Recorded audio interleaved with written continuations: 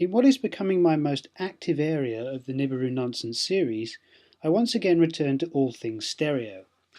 Recently, videos like these have cropped up on the internet as proof of Nibiru, or at the very least, proof of the unknown. What we are looking at is a single output from the Stereo A satellite, and when I say there is nothing unusual in this image, I mean it. The blob that people think is Nibiru simply isn't. It's Venus, and there are a number of ways to find that out. Now we know this is a stereo image, so let's take a look at the stereo website. Firstly, we can look at a map, the locations of both satellites, the Earth, the Sun, as well as Mercury and Venus. We can already see that Venus is in view as the ahead satellite. On another page, we can even input dates up to 2015 to see where these objects are. But I know you Nibiru believers too well. You're not satisfied with that, so let's go to another page on the site, the Planet Finder.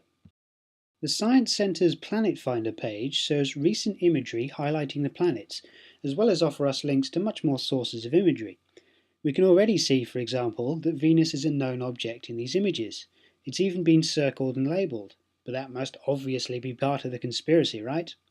So let's go back to our good friend Celestia, and yes, sure enough, Venus is in our view. But if you're still not sure, and you still want to talk to someone, there are contact details on both the stereo page and Sungrazer, a website with information for stereo and SOHO imagery, transit paths, and even a guide to all the strange sites and what they actually are. And yes, they do answer their emails, I've checked. The reply indeed said that it was Venus, as well as offering me sources for double checking.